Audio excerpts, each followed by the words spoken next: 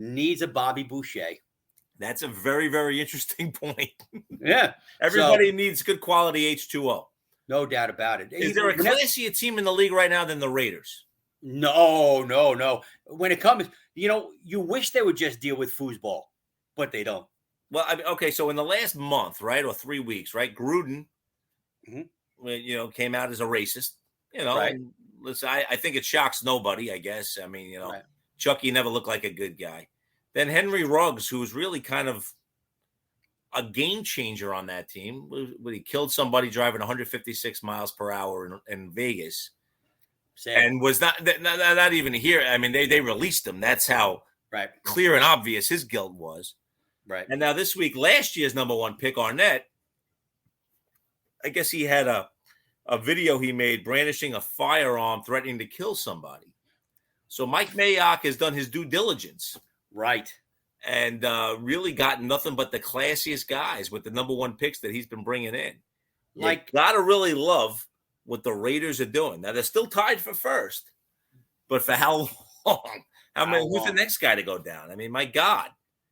You know what? It's like they're like a cursed franchise, but they're cursed on their own. I mean, you're the one who, like you just said, you're bringing in these classy individuals to play in your team. And, and who's to blame for that? You are, because you either that.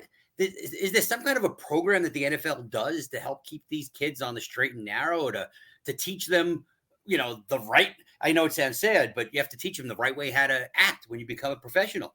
Well, the funniest thing is this. I mean, a lot of these kids, especially these skill position guys, they grew up not wealthy, right? They grew up without much. Mm-hmm. And then all of a sudden you give them money, and then they're supposed to know how to handle themselves. Right. And I'm sure that there are people speaking to them, but these are guys that were protected by their neighborhood, and they give them back and stuff like that to different people that made sure they could go to practice every day, stuff like that. They deal with some really, really undesirable people that in bad neighborhoods, man. And they don't know how to handle money. I mean, they listen. I don't have any money. $20. We don't know what the fuck to do. We have to buy a pizza right away. Exactly. I know. I mean, and neither one of us grew up wealthy, but neither one of us grew up where we were wanting for our next meal either, as you can see by looking at us. I got to tell you, I was a little bit more careful back when I was dancing. But now that, my dancing career is over, I'm a little bit, loose with my money, and I shouldn't be, When I had hair, I was really just letting it fly.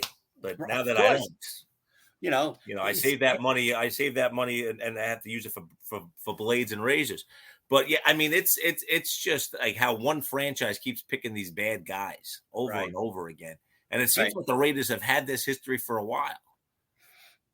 Unbelievable. I mean, they've just never done a real nice job in finding good citizens. It's just weird.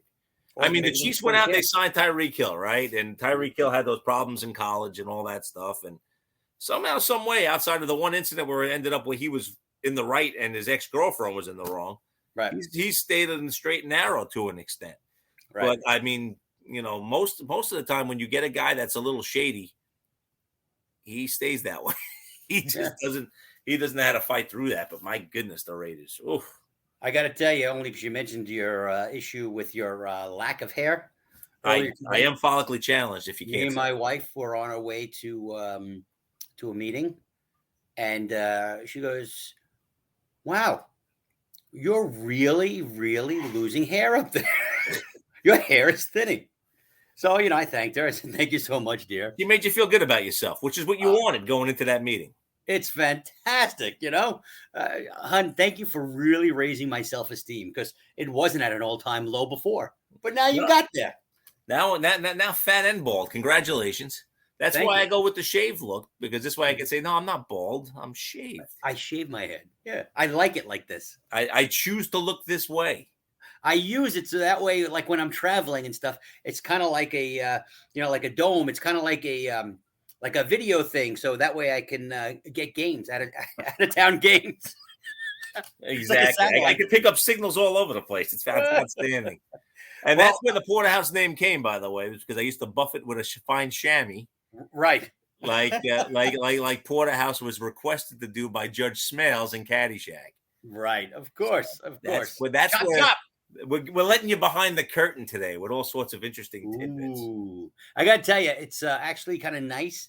My hometown is like going to get like a positive name, positive, press. I don't know. Nobody's going to really cover it, but the New York Jets made a move today with Marcus May going down for the season, and they got a gentleman by the name of Elijah Riley from the Philadelphia Eagles. He was on their practice squad, and he's joining the Jets active roster.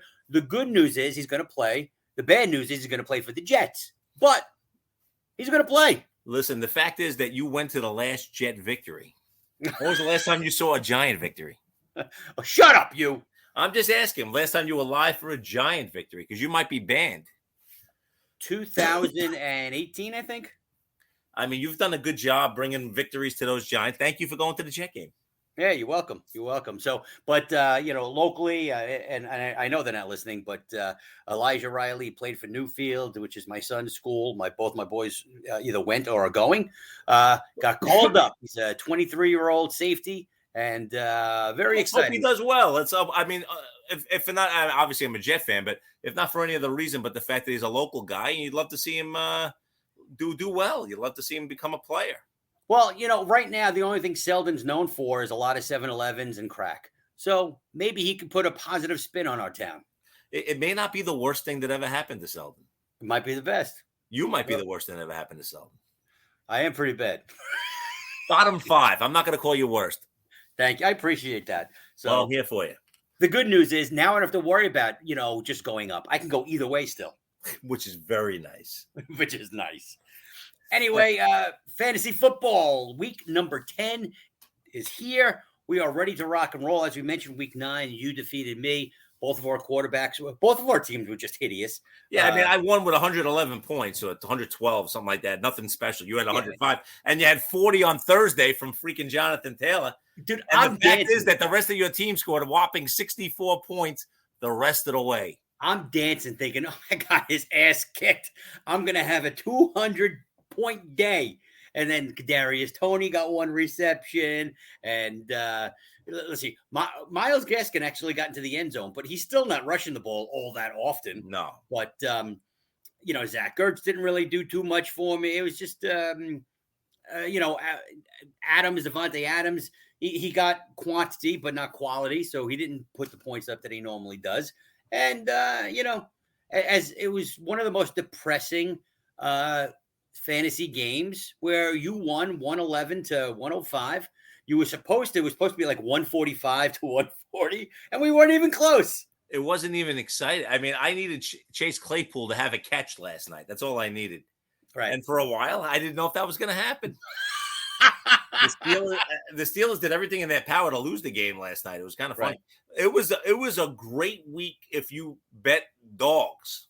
But these are like really crazy dogs. Now, I'm sure the point spreads were extremely lopsided. So maybe you picked the underdogs. But wow, Jacksonville defeating Buffalo. I mean, what was it, like 16 points? It was 9-6 was the final of the game, right? 9-6? Yeah, 9-6 was the final. And I think the spread was 15.5, 16, something like that. But the way the Buffalo Bills play now, they didn't have a good game the week before coming back off their bye. But you thought against Jacksonville, this is going to be easy pick.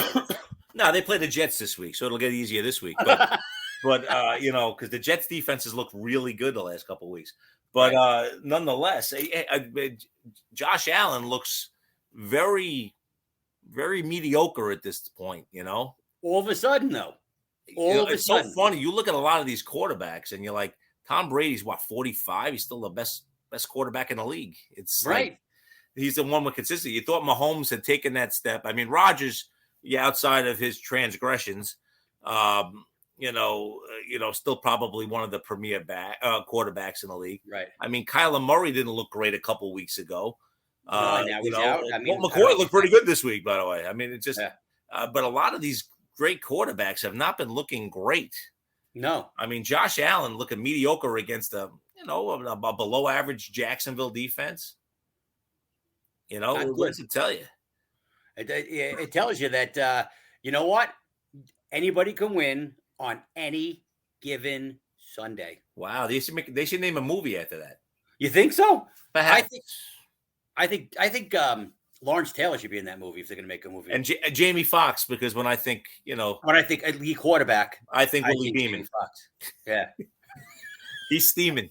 yeah, Um, but yeah, it was just a very weird week. The Rams look like crap. yeah. I mean, they were pathetic.